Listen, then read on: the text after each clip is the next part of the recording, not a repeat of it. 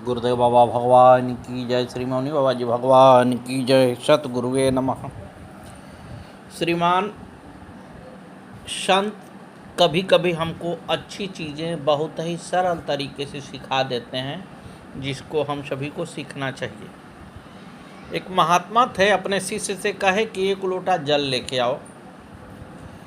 जल लेके आए, उसको कहे थोड़ा सा चखो, जल पिए। कहे कैसा है? कहे बहुत बढ़िया जल है। उन्होंने कहा कि ठीक है, नमक लेके आओ 1 मुट्ठा। नमक लेके आए, नमक छोड़ दो इसमें। लोटे में नमक घोल दिया गया। संत ने कहा कि इसमें नमक दिखाई दे रही है? उसने कहा नहीं गुरुदेव, नमक तो घुल गया, इसमें दिखाई नहीं दे रही। पी के देखो। पिया तो उसमें खारा खारा था। उन्होंने कहा कि इसमें नमक तो है, लेकिन दिखाई दे नहीं रहा। इसी तरह से सर्वत्र ब्रह्म व्याप्त हैं, हम सभी को दिखाई नहीं देते हैं जब तक कि हम सभी की भक्ति न हो। वो हैं तो हर जगह जरूर।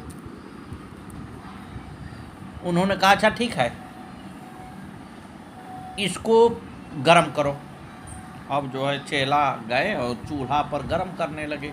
जब गरम किए तो पानी उड़ने लगा और नमक इकट्ठा होने लगा।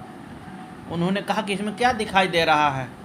तो कहा गुरुदेव इसमें नमक दिखाई दे रहा है। कहा पहले दिखाई क्यों नहीं दिया? तो उन्होंने कहा कि जब गर्म किया गया तो भाप उड़ गया, इसलिए नमक अब दिखाई देने लगा। कहे इसी तरह से इतना अपने अंदर ऊर्जा पैदा करो, इतना ऊर्जा पैदा करो कि ब्रह्म प्रत्यक्ष दिखाई देने लगे। गुरुदेव महाराज की जय। एक बार की वाकया है महाराज। एक अमीर व्यक्ति थे, उनका नाम था अमीर चंद। बड़ा ही नास्तिक थे। वो भगवत भक्ति से बड़ा दूर रहते थे, और दान दक्षिणा देना तो बड़ी दुर्लभ चीज़ है, वो किसी को देते होते नहीं थे। एक संत जा रहे थे, संत को ये लोग बात कर रहे थे, सुनाई दिया कि वो बड़ा विचित्र किस्म का है, वो किसी को कुछ देता होता नहीं है। संत ने ठान लिया कि मैं राजा से, अमीर चंद से लेके ही रहूँगा। अमीर चंद उधर से घोड़े पर सवार होके आ रहे हैं, राजा उनके पास पहुँच गए। राजा से जो है महात्मा जी ने याचना किया कि महाराज मुझे कुछ दे दीजिए। तो कह जाइए महाराज, हम किसी को कुछ देते होते नहीं हैं, आप अपना काम देखिए, आगे बढ़ जाइए। उन्होंने कहा नहीं, ऐसे तो हम नहीं जाएंगे, कुछ ना कुछ आपको देना ही पड़ेगा। अब अमीर चंद परेशान हैं, महात्मा जी पीछे नहीं हट रहे हैं, अब क्या करें? अमीर चंद देना तो जानते नहीं हैं, और महात्मा जी भी अड़ई महात्मा हैं, वो भी बिना लिए जाने वाले नहीं हैं, क्योंकि उनको तो सबक सिखाना है। देखिए, जब कभी महात्मा लोग नाराज़ भी होते हैं ना, तो हमको कुछ न कुछ अच्छी चीज़ें ही दे के जाते हैं, वो सिखाते ही हैं, मेरा बुरा नहीं करते। तब तक सामने देखे तो घोड़ा का लीद था। महात्मा जी ने कहा कि ये तो तुम्हारे किसी काम का नहीं है, यही हमको दे दो। अब अमीर चंद एकदम परेशान हो गए थे कि क्या करें, ये परेशान कर रहे हैं, चलो यही दे देते हैं। उठा के घोड़े का लीद ही महात्मा जी को दे दिए। महात्मा जी ने बड़े प्रेम से ले लिया और कहा जाओ, इसकी अधिकता होगी तुम्हारे पास। चले गए। अमीर चंद आ गए अपने महल में। सुबह उठते हैं तो घोड़े की लीद का ढेर लगा हुआ है उनके सामने, और एकदम बदबू से परेशान हो रहे हैं। मंत्री को बुलाए और मंत्री को आदेश किए कि इसको तत्काल साफ़ करो। वो साफ़ किया गया। दूसरे दिन अमीरचंद फिर सवेरे देखते हैं तो उसी तरह ढेर लग गया।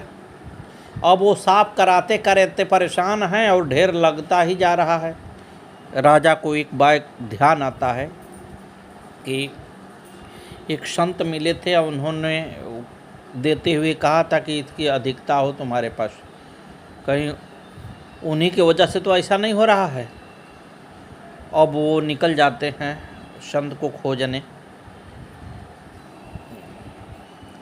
खोजते खोजते संत महाराज मिल जाते हैं, जाके चरणों पर पड़ते हैं, कहते हैं महाराज मुझे क्षमा कर दीजिए, अब आइंदा से ऐसा गलती नहीं करेंगे, ज़रूर हम दान धर्म करेंगे, आप इससे पिंड छुड़वाइए। तो उन्होंने कहा कि एक काम करो, तुम ऐसा काम करो जिसके वजह से तुम्हारे लोग तुमको गाली दें। अब ये हारे परेशान व्यक्ति हैं, क्या करें, वही काम किए जिससे कि इनके सारे लोग इनको गाली देने लगे। सवेरे उठ के देखते हैं तो गोबर का जो टीला था वो गायब हो गया, है नहीं। फिर महात्मा जी के पास आए और उन्होंने कहा कि महाराज वो तो टीला अब नहीं है, गायब हो गया है, लेकिन इसका रहस्य समझ में नहीं आ रहा है। महात्मा जी ने कहा कि जो तुम्हारा प्रारब्ध था वो कट गया, जब कट गया तब वो टीला भी समाप्त हो गया, वो तुम्हारा प्रारब्ध था। अमीर चंद बड़े प्रसन्न हुए, संतों की वाणी बड़ी अनमोल समझ में आई और उनके चरणों में गिर पड़े, उनसे दीक्षा ले लिए, गुरु नाम का जप करने लगे और पूरी तरह से त्याग तपस्या दान धर्म में कार्य करने लगे। गुरुदेव महाराज की जय। इस तरह से श्री हरि की कृपा होती है ना, अच्छे अच्छे लोग सुधर जाते। प्रिय मित्रों, आइए गंगवाल जी के चरित्रों के बारे में हम सभी समझें।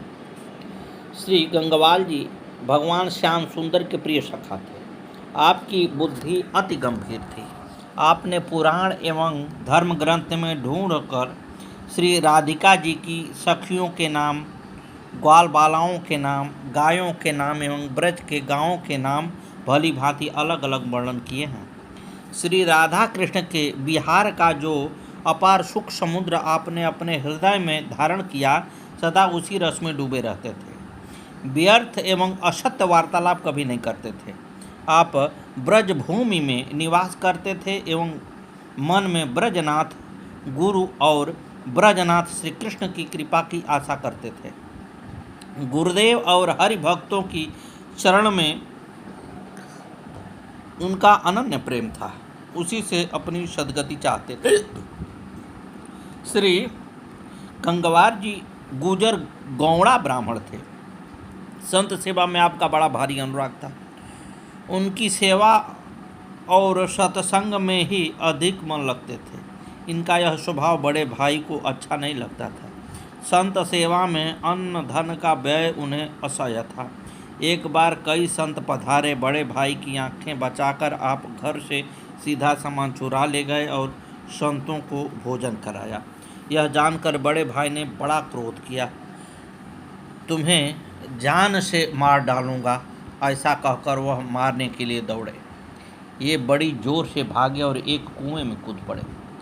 संत सेवा से संतुष्ट प्रभु ने अधर में ही इन्हें रोक लिया। इनके शरीर में बिल्कुल चोट नहीं आई। भगवान ने इन्हें वहीं दर्शन दिया और कहा कि मैं तुम्हारी संत सेवा भावना से संतुष्ट हूँ, जो चाहो सो वर मांग लो। आपने कहा प्रभु, आपकी ब्रज लीला और ब्रज धाम का हमें सदा साक्षात्कार रहे। भगवान ने एवं मस्तु कहकर कहा कि तुम तो मेरे पुराने सखा हो, मेरी लीला के परिकर हो। इस प्रकार श्री गंगवार जी कुएं में भगवत दर्शन और संभाषण का सुख ले रहे थे। इनके कुएं में कूद पड़ने पर बड़े भाई का क्रोध शांत हो गया। लोगों को बुलाकर इन्हें कुएं में ढूंढने लगा। 3 प्रहर तक सभी लोग परेशान रहे, पर आप किसी को नहीं मिले, क्योंकि आप तो भगवान के निकट थे। भगवान ने इन्हें सब प्रकार से संतुष्ट करके कुएं से उछाल दिया तो आप झट बाहर आ गए। आपके शरीर में अपार तेज, मन में परम संतोष था। बड़े भाई के प्रति इन्होंने स्नेह और कृतज्ञता व्यक्त की। इनके इस चमत्कार से घर के भाई आदि सभी भक्त हो गए और संत सेवा करने लगे।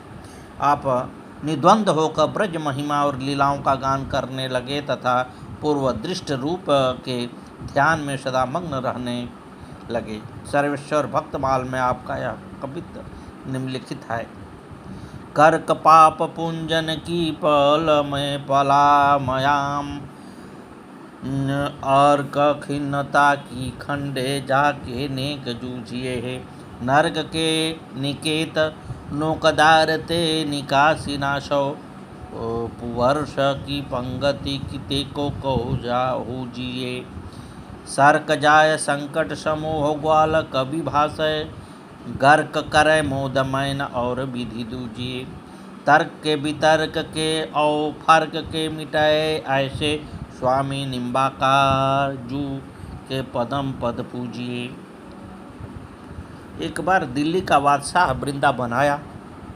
उसने इच्छा की कि कोई हमें सारंग राग सुनाए। लोगों ने कहा वर्तमान समय में सारंग राग के सर्वश्रेष्ठ गायक श्री गंगवार जी हैं। बादशाह की आज्ञा से सिपाही लोग बुलाने गए, परंतु आपने अस्वीकार कर दिया। तब वे जबरदस्ती आपको पकड़ कर ले गए। उस समय आपके साथ वल्लभ नाम के एक गायक और थे। दोनों ने स्वर मिलाकर सारंग राग का आलाप किया तो उस समय राग का रंग सर्वत्र व्याप्त हो गया। बादशाह के समय सभी लोग बहुत ही प्रसन्न हुए। लोगों के नेत्रों से आंसुओं की धार बह चली। रिझा हुआ बादशाह हाथ जोड़कर खड़ा हो गया और उनसे प्रार्थना की कि आप हमारे साथ दिल्ली चलिए, परंतु श्री गंगवार ने स्वीकार नहीं किया और कहा कि ब्रज भूमि ही हमारी जीवन है, अतः मैं अन्यत्र नहीं जा सकता। अंत में बादशाह आपको नज़र कैद करके अपने साथ दिल्ली लाया। वहाँ आने पर भक्त प्रवर श्री हरिदास जी तुवर ने आपको छुड़वा दिया। तब आप पुनः ब्रजभूमि में आ गए। मरे हुए को जैसे प्राणों का लाभ हुआ हो, ऐसे प्रसन्नता आपको मिली। गुरुदेव महाराज की जय। श्री मौनी बाबा जी भगवान की जय। श्री दिवाकर सोती जी। श्री दिवाकर सोती जी संतों की सभा में प्रशंसनीय ज्ञान एवं भक्ति के प्रकाशक दूसरे सूर्य के समान थे। श्री भगवत भक्त के श्रेष्ठ प्रताप से धर्म रूपी ध्वजा के दंड को आपने दृढ़ता से धारण किया। सीतापति श्री रामचंद्र जी के पवित्र सुयश का आप सदा गान करते रहते थे। श्री जानकी जीवन राघवेंद्र के चरणों की शरणागति आपकी स्थिर पूंजी थी। आपने उनका व्यय नहीं किया। आपके गुरुदेव श्री नरहरिदास जी थे। उनकी कृपा से आपके पुत्र पौत्रों तक में भक्ति सुदृढ़ बनी रही। आप उपासक, यह आपकी पुष्टि छाप थी। आपने श्री रामोपासना के अतिरिक्त और कुछ भी अपने हृदय में नहीं लिया। श्रोतीय जाति के ब्राह्मण श्री दिवाकर सोती जी राम जी के अनुरागी तथा राम मंत्र के उपासक थे। संतों की सेवा में प्रेम था। संत जन आपका बड़ा आदर करते थे। उनका किशोर अवस्था वाला एक पुत्र था। उसके शीतला निकल आई। लड़की की माता को बड़ा दुख हुआ। पुत्र को मरणासन्न देखकर उसने इनसे कहा कि शीतला देवी की पूजा करो और जात देने की मनौती मान लो, जिससे लड़के के प्राण बच जाएं।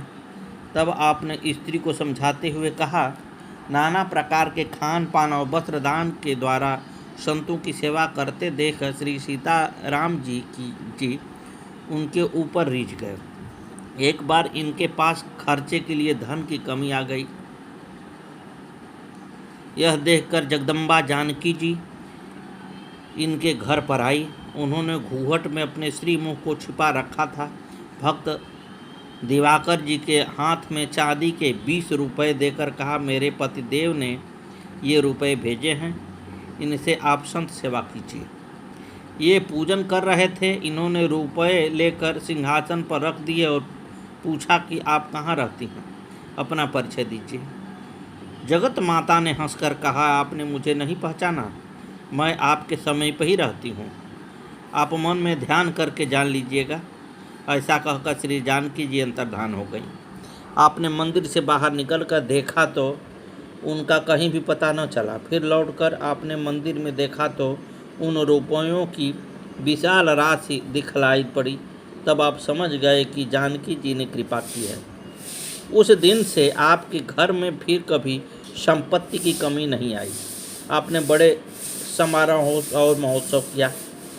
नित्य संतों को भोजन कराना आरंभ कर दिया। एक बार आपके पुत्र की वधू बीमार पड़ गई। अच्छी होती न देख श्री दिवाकर जी की स्त्री बीमारी का कारण पूछने के लिए गुपचुप एक तांत्रिक के पास गई। वह भैरव का उपासक था। यह बात जब श्री दिवाकर जी को मालूम हुई तो आप स्त्री के ऊपर बहुत रुष्ट हुए और बोले, तुम सरीखी अभक्ता स्त्री को मैं घर में नहीं रखूँगा, तुझे अभी मार कर भगा दूंगा। तुझे भगवान और उनके भक्तों पर विश्वास नहीं है? किसी को किसी प्रकार का कष्ट है तो उसकी श्रेष्ठ औषधि भक्त और भगवान का चरणामृत है। फटकार सुनाकर वह बेचारी कांप गई और बोली कि मैं तो भोली भाली हूँ, अतः मैं वहाँ चली गई, आप मेरा अपराध क्षमा करें। इसके बाद स्त्री ने भी अनन्य भक्ति भाव को स्वीकार किया। संत चरणामृत से ही बधू स्वस्थ हो गई। भगवान श्री राम के ऐसे अनन्य उपासक थे श्री दिवाकर सोती जी महाराज। श्री लालदास जी के बारे में समझें।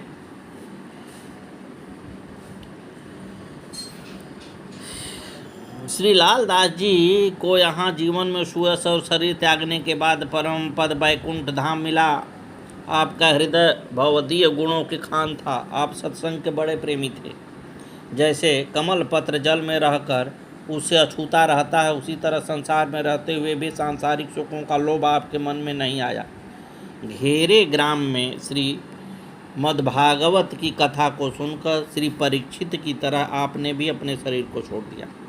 बारात में जैसे दुल्हे की शोभा होती है, उसी प्रकार संतों की मंडली में आप सुशोभित होते थे। आपने गुरुदेव के प्रताप से गुरु आश्रय हरि सापुर में रहकर सच्ची भगवत भक्ति आपने ग्रहण किया। इस प्रकार आपका जीवन शरीरांत दोनों धन्य हो गया। गुरुदेव महाराज की जय हो। इसमें आगे की कथा श्री लालदास जी की बताई जाएगी समयाभाव के कारण। आइए। भक्ति भक्ति भगवंत गुरु चतुर नाम बपुए, तिनके पद बंधन करो ना सही विघ्नयने। श्री अमांडवी उर्मिला श्रुत कीरत बरवाम, चार सुमन चारु रतन तुलसी करत प्रणाम। सद्गुरुवे नमः। कहते हैं ना महाराज की, करत करत अभ्यास ते जड़मति होत सुजाम, रसरियावत जात ते सिल पर परत निशान। तो हम सभी को अभ्यास की आवश्यकता है। अभ्यास मिलेगा तो हम लोग भी बड़े चालाक और चतुर हो जाएंगे। लेकिन अभ्यास होना चाहिए, संतों की संगति करनी चाहिए। संतों की संगति से महाराज बहुत लाभ होता है, जिससे प्राणी कटता है।